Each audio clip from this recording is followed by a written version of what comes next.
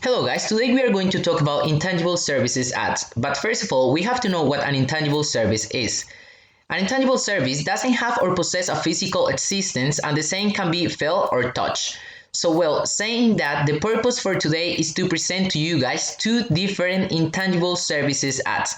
The first one is an example of a good one, and the second one is an example of a bad one.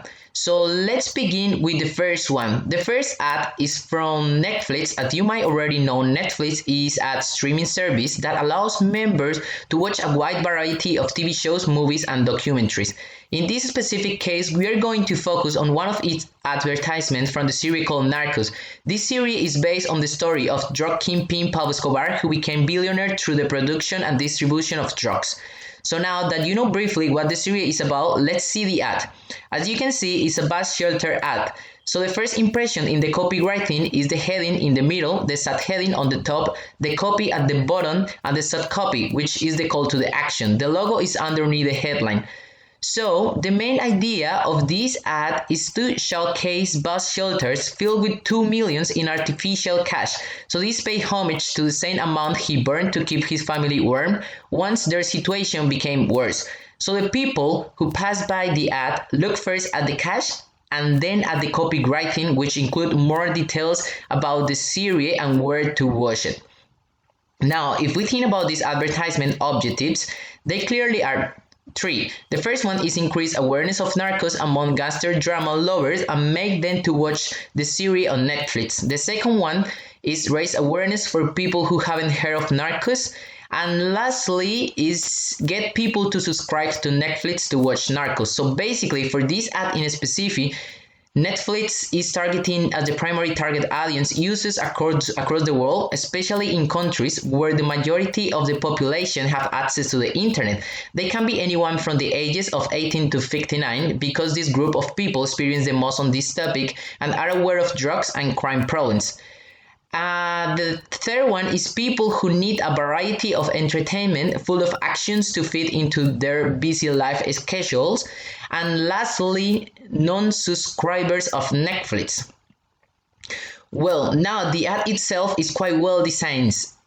Uses no more than two fonts, manage white space very well. It's very eye-catching for someone walking by. Copywriting is simple to understand. The heading is consistent with the series, so it's easy for someone to Google it. The imagery is clever. The usage of burn notes attracts attention. The logo is underneath the headline but doesn't create distraction at all. In addition, the bottom part refers to the fact that it's no real money. Well, now if you ask me how can I make the ad more appealing to the target audience, the only thing that I could include will be a QR code that at the moment of being scanned by any person would allow them to watch a free episode for those who don't have Netflix yet, or up to 50% of discount for existing users, thereby increasing the number of subscriptions and awareness proportionally. To conclude, the ad is pretty effective. I think every person who passed by this bus shelter look at it and then at least read the copy of the ad because it's an ad that you can actually read in less than 6 seconds. Which is fantastic since nowadays people's attention is up to 10 seconds on average. Personally, I think I will be one of the people who, if I didn't know about the series, I would Google it and then see what the series is about. Since the ad shows innovation, experiment, and creativity in the content, it actually appeals to the taste and interests of a culturally diverse society and certainly catch your eye.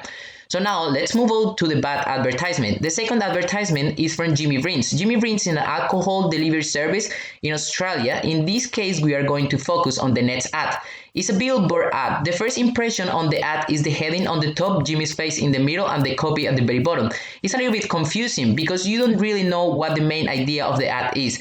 At first sight, it's someone's face, and that's the idea that comes to us, and we wonder who's that. Only at the end of the ad, we realize that Jimmy Brins is an application to download either in Apple or Google Store. So actually, they want us to download it. So the attempted objectives for this advertisement are three: brand awareness, increase the number of in the app visitors, and increase frequency, and also encourage people to download it. Possibly in this ad, Jimmy Brins is targeting anyone from the ages of 18 to 59 that are frequently attending to events, so they can be people who do pre-drinks or after parties, as well as those who doesn't have driver license.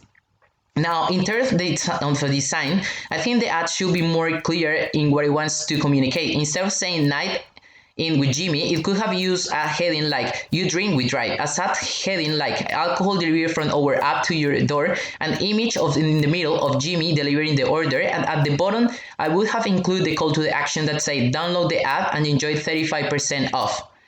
Well, now, if we analyze the ad, as we say before, the ad is a bit confusing since it looks like a book cover or a music album release.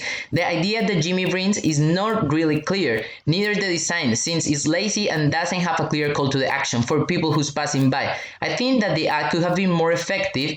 As a marketing student, the ad doesn't create any feelings towards the brand, neither it motivates me to look for what the app is about because the message is not clear. As a normal person, I will probably see the ad and I will just forget it in about 6 to 7 seconds. So well, that was all for today, guys. So I hope you enjoyed the video. Thank you, and if you want to know more info, I will include the reference. So well, that was all. Thank you and bye.